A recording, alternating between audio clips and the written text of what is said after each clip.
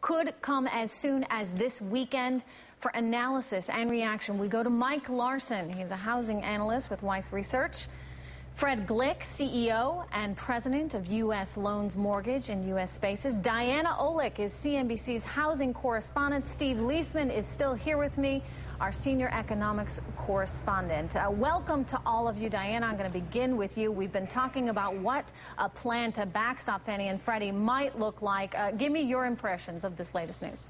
Well, I mean, it's something that we have been expecting. They talked about it before. As Steve Leisman said, in late August, there was the scare, there was the talk of the bazooka, and there was also Fannie and Freddie saying that they didn't need a backstop at this point. Now, this all comes amid a day where we get new numbers from the Mortgage Bankers Association, which show that the foreclosure issue is not ebbing. In fact, still going up. We're still seeing trouble in the mortgage sector, especially in prime arms. Now, it's always been the subprime arm troubles, and we've always thought it was something that was going to work its way through the system, but now we're seeing it come into more loans that are backed by Fannie and Freddie, so it's not surprising to hear this.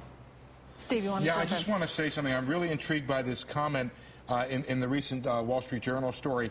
A creative way, use a new authority to make a capital injection into the beleaguered giants. And one of the ideas that was out there, and again, this is only speculation, is some sort of convertible preferred or warrant process whereby over time the capital was converted into common and may or may not be, depending upon Fannie and Freddie's ability to raise capital on their own. So those are some of the creative ideas that were out there. I don't know if those are some of the things under discussion right now. Mike, let me go over to you for a minute. Now that we know that there is a plan to backstop the two, and we will get more details in the coming hours and days on exactly what this plan will look like, let me ask you, is this something that's going to really be the shot in the arm, so to speak, that the housing market needs?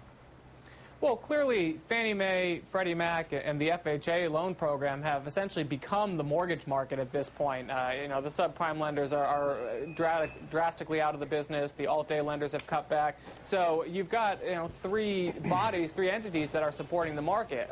If anything can be done to bring down the spread of mortgage rates over treasuries, or that can stabilize the outlook for Fannie and Freddie, then clearly that would probably support the market and at least prevent things from getting any worse. Mm-hmm. That's a big part of it, because, Fred, we've been watching these home prices, and there's been so much concern among buyers. They've been staying on the sidelines because they've been fearful that prices are just going to keep going further down. Do you think, to my question earlier that I just posed to Mike, that this is going to be something that really helps to stabilize the housing market, something that the economy and housing is certainly in need of right now? Well, it used to be the big three things in real estate were location, location, location. Now it's jobs, financing, and location. So what's happening is the financing is getting so strict, it's getting harder to get a mortgage. But as long as you have a job, you're going to try. And then we're pushing a little the FHA window, which I had said a couple of months ago. It's going to be a problem a couple of years from now because so many people are going FHA. It's the easy loan of choice. But what's also happening in my market in Philadelphia is that the rents have been going up, the prices have been coming down, so we're at a point now where people are saying, okay, do I want to spend $1,700 on a rental when I could buy for $2,000 a month with a mortgage payment, have deductible interest and taxes? Right. So We're that's seeing changing it sort of the other way around. Steve, back over to you for a moment. Is this something that could be potentially pretty costly to the American taxpayer?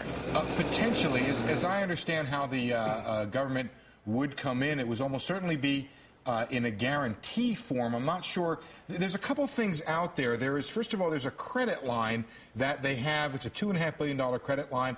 There was talk about the need to seriously expand that credit line into, if I'm not mistaken, the hundreds, Diane, am I right on this? The hundreds of billions of dollars they were talking about expanding that credit line. That was for something down the road. They could come in with a direct capital injection that would sort of debit money from really create an asset on the books of the government here that wouldn't necessarily cost us anything because we would have the asset on the books here. Okay. Assuming we bought the equity and it didn't go down a lot. We've just learned the Treasury Department is telling CNBC that it is offering no comment on this, and they say, as we have been saying for weeks, no comment on this. But again, we should be getting some more details this weekend, so stay tuned in the hours and the days ahead.